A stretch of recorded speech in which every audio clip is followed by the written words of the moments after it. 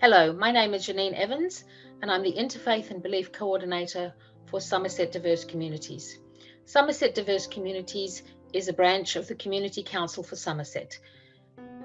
This charity was formed in 1926 and has been serving the people of Somerset ever since. Somerset Diverse Communities was brought about to engage with the changing face of Somerset. Our county is becoming more diverse, and so Somerset Diverse Communities was formed to support people of various cultures and ethnicities that now call Somerset home. The interfaith and belief work that we're now doing is taking that down another level, and it's engaging with people of various faiths and beliefs across Somerset, finding them, engaging with them, and supporting them to engage with the wider community so that we can learn a little bit about them, they can learn a little bit about us, and we can build a stronger, more cohesive Somerset, a network of people across our county of goodwill that want to engage with each other and create community cohesion. This small film that you are about to see was brought about with a partnership between Somerset Diverse Communities and the Interfaith Network and the NHS Somerset Trust. A new Prime Minister who is both a Hindu and from Indian heritage. And so it might be a good opportunity now for us to stop and pause and recognise that Britain is a place where people of all faiths, beliefs and cultures can realise their dreams. And we need to support each other in being able to help anybody realise their dreams. So this small video of the various volunteers who've put this video together and have given of their time and their passion, and have allowed us a little bit of insight into their own lives and how to practice their own faiths, might help you to understand a little bit about your neighbours.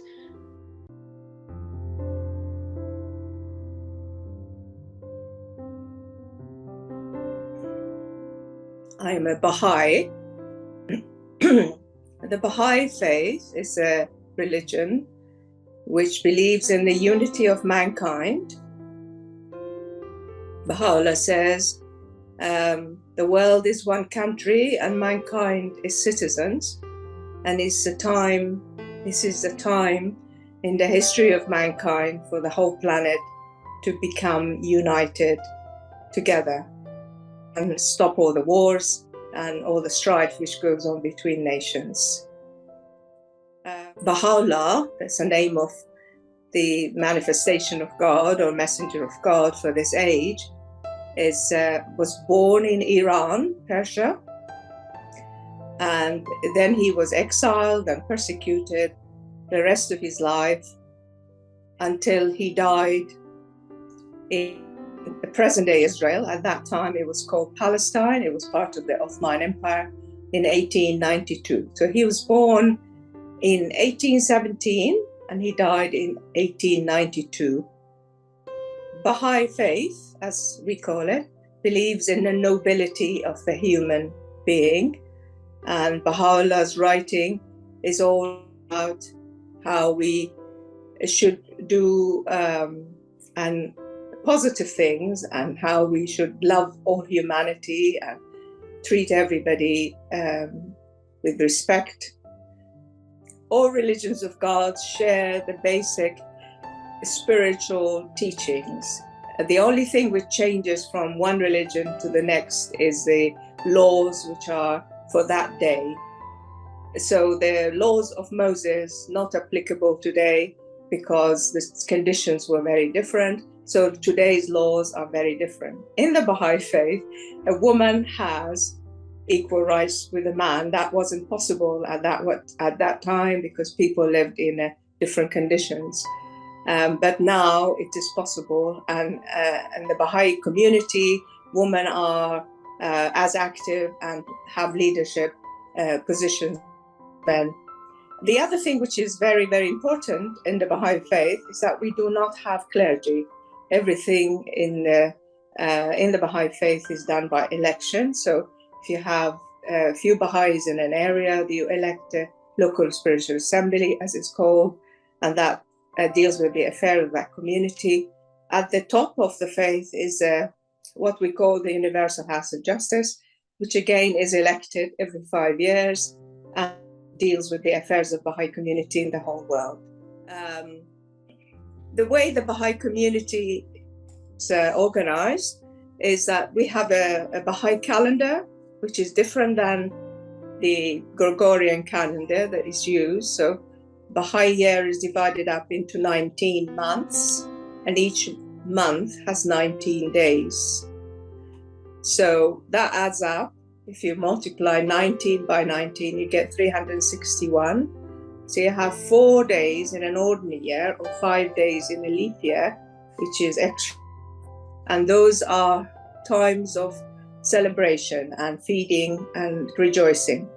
Because on the 19th month, which is just in March, is beginning of March, is when you fast. It's similar to the Islamic fast. You abstain from eating and drinking from sunrise to sunset. At the end of it, which is the beginning of the spring, it's the first day of spring, vernal equinox, that is a Baha'i New Year, so we celebrate that. There is 9 holy days during the year, which are to do with the events which happen within the Baha'i history, declaration of the Bab, and time that Baha'u'llah announced his mission to his followers, his time of his passing, his birthdays, and the day of the Bab. So, and I have to explain here that the Bab, which I've been mentioning, in fact, is the herald. He was a young man from Shiraz who proclaimed the coming of Baha'u'llah and prepared people for his coming. And he was eventually martyred. He was shot in 1850 in Iran.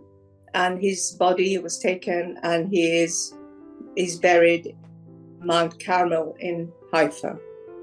The present day Israel. When Baha'is meet each other, they tend to say Allahu Abha, which is an Arabic word, as Baha'i writings originally were done mainly in Arabic and Persian, are translated now into English and many, many other languages across the world. But Allahu Abha means God is most glorious, and that's the greeting which Baha'is use to meet each other. The word Baha is very important in the Baha'i faith, which means glory, basically, or light.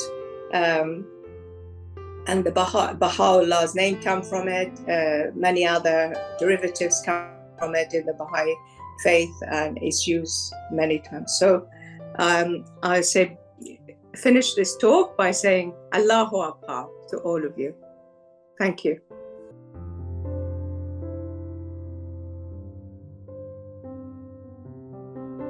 Hello everybody, lovely to see you. My name is Jane and I am Jewish, and I'm here to tell you a little bit about my religion. How do you become Jewish? That's something that people often ask us. And the answer is, you have to have a Jewish mother. Or you can convert from another religion or no religion to Judaism. That the first 5 books of the Bible we call the Torah, Abram, that became Abraham, and his wife Sarah. God spoke to him and said there is only one God, and God said that he was going to make Abraham part of a mighty and numerous nation, more than the grains of sand in the desert or the stars in the sky. And that's how it happened.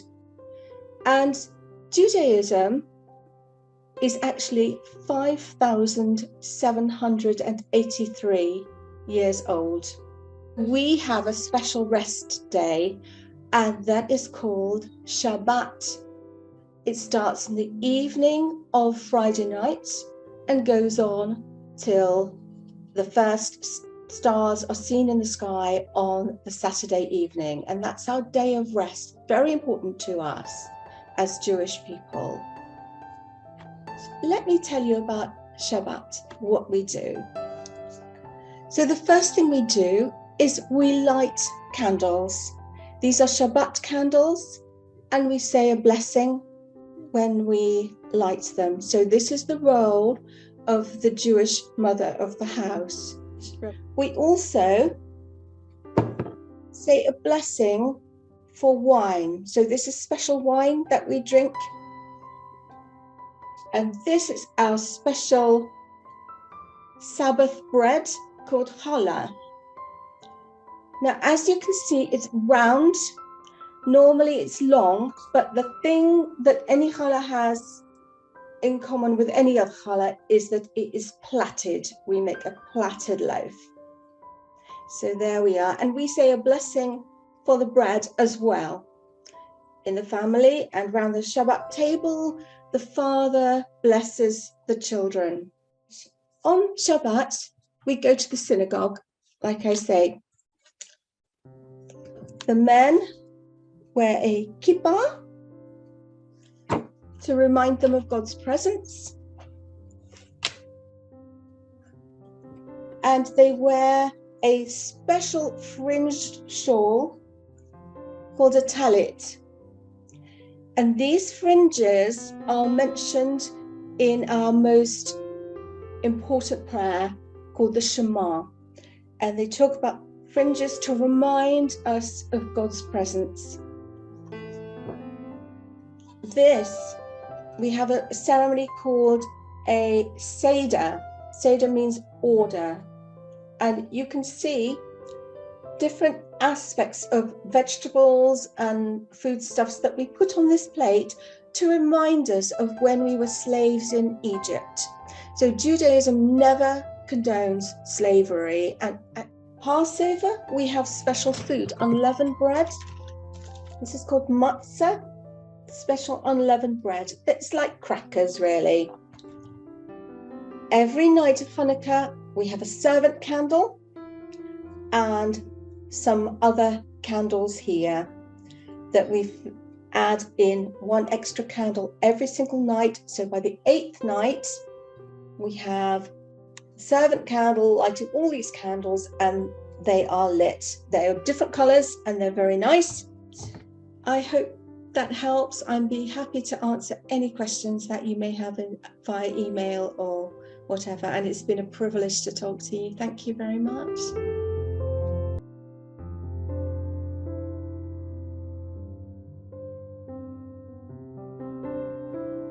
Hello, my name's Anastasia, and I'm a humanist. For those who don't know much about humanism, it's simply a worldview that prioritises two things: being reasonable and being kind. We emphasise the importance of thinking for yourself while acting for everyone. For me, humanism means having eyes wide open to the beauties and horrors of the world, and facing this reality with honesty and courage. This includes tackling head-on our global crises, including climate change, pollution and mass extinction, and working out how to live sustainably into the future. As David Attenborough has said, although denying that we have a special position in the natural world might seem becomingly modest in the eye of eternity, it might also be used as an excuse for evading our responsibilities. The fact is that no species has ever had such a wholesale control over everything on Earth, living or dead, as we have now. That lays upon us, whether we like it or not, an awesome responsibility.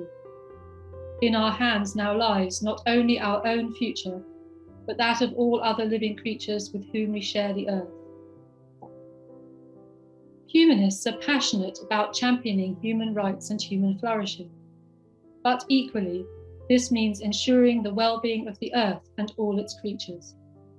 We are not afraid to ask the hard questions and to engage with the messy reality of politics in order to do this. Indeed, many humanists have dedicated their whole lives to building kinder, more reasonable and more sustainable societies through numerous organisations, movements, networks and political parties. My own particular vocation lies in enriching secular life with progressive, ethical and spiritual leadership, care and creativity. and helping to make the highest standards of spiritual care available to all equally everywhere. I try to do these things through my Secular Liturgies network and publications, and through my work as a humanist chaplain with Somerset NHS Foundation Trust and the University of Exeter. Of course, promoting sustainable and earth-healing ways of living and being in the world is a vital part of this work, which also has great benefits for human well-being. While I don't revere or rely on any specific text or tradition for knowledge or wisdom, I do take inspiration from the best in peer-reviewed research, from literature across all genres, and from a wide range of philosophical and spiritual traditions, both ancient and modern. I also engage in a variety of reflective practices to nurture and develop my values and goals, to heal from trauma, and to grow in character and understanding.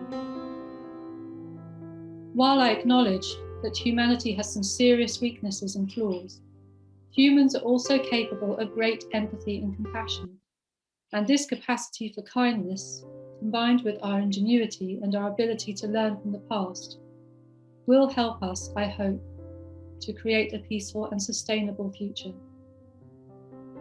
Whether members of a faith or belief group or not, we all have a responsibility to develop our better natures. All humans start out with an innate capacity for empathy, compassion, and reasonableness, which can either be stifled or nurtured by the cultures and traditions in which we are raised.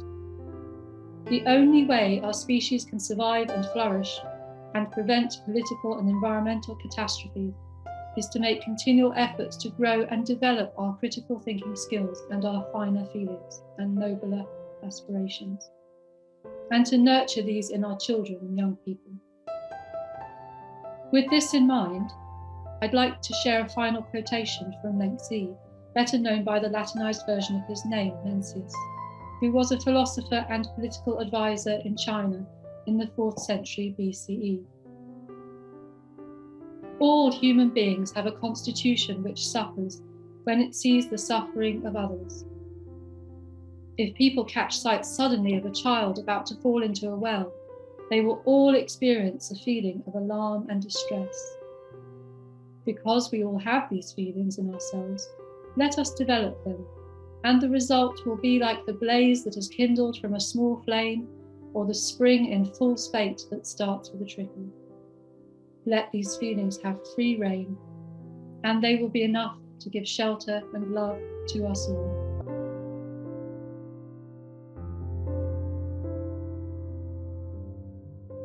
Hello, my name is Janine Evans, and I'm a practicing Muslim.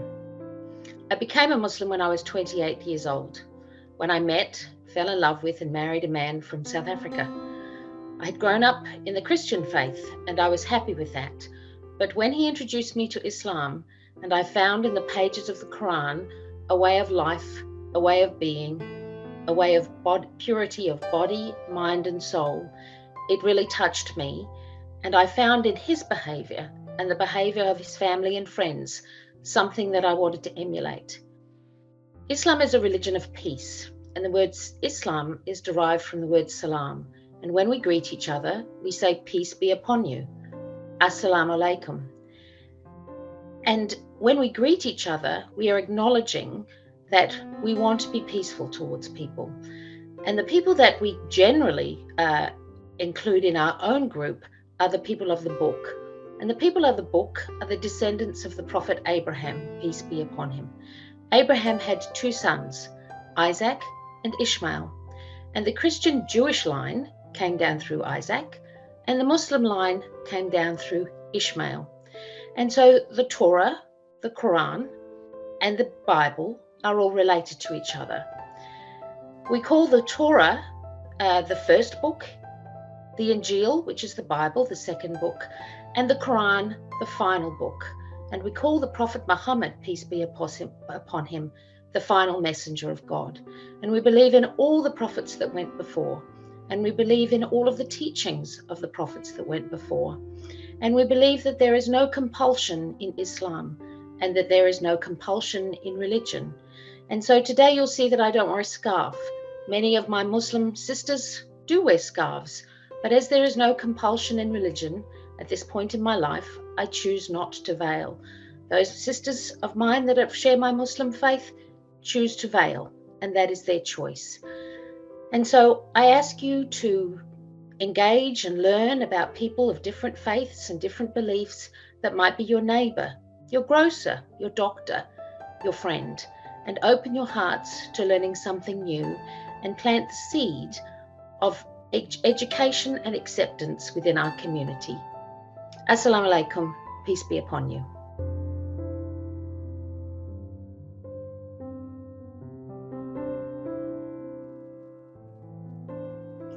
Hello, my name is Jason Organ, and I'm going to talk a little bit about my faith, what it means to me.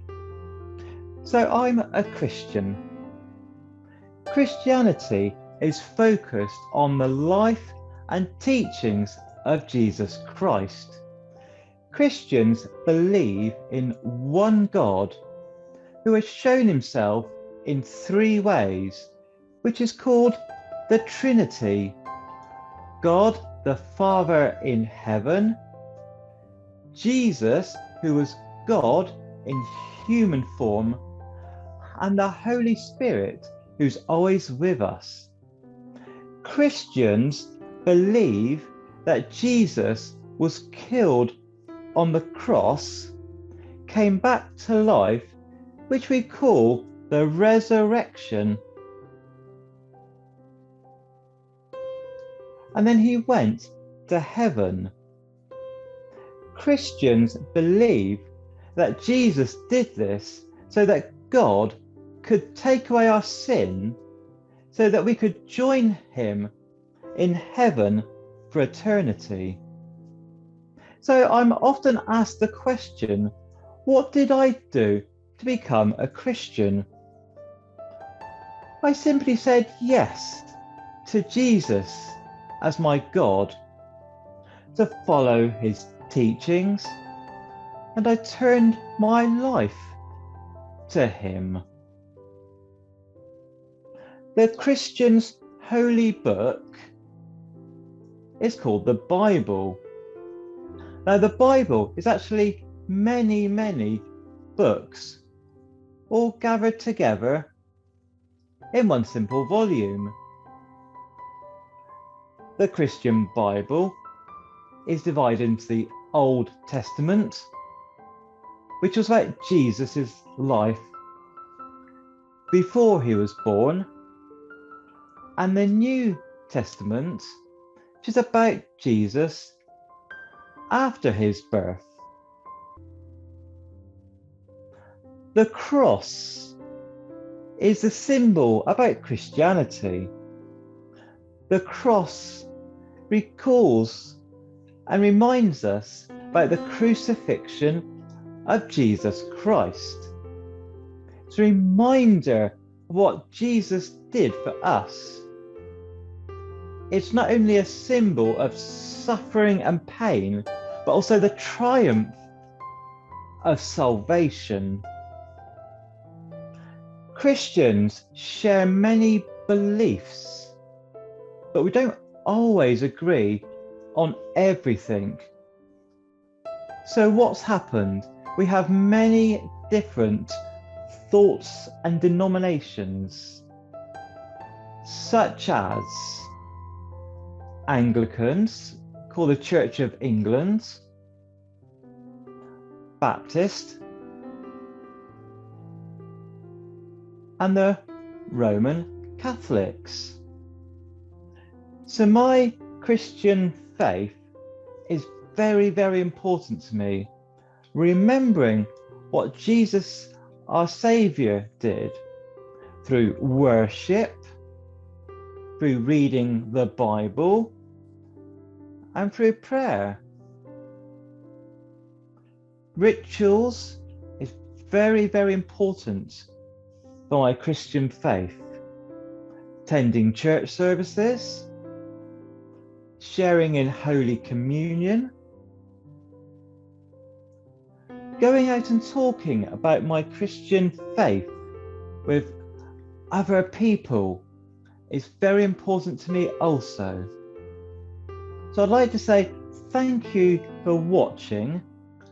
I hope this helps people learn more about Christian belief and faith. Thank you.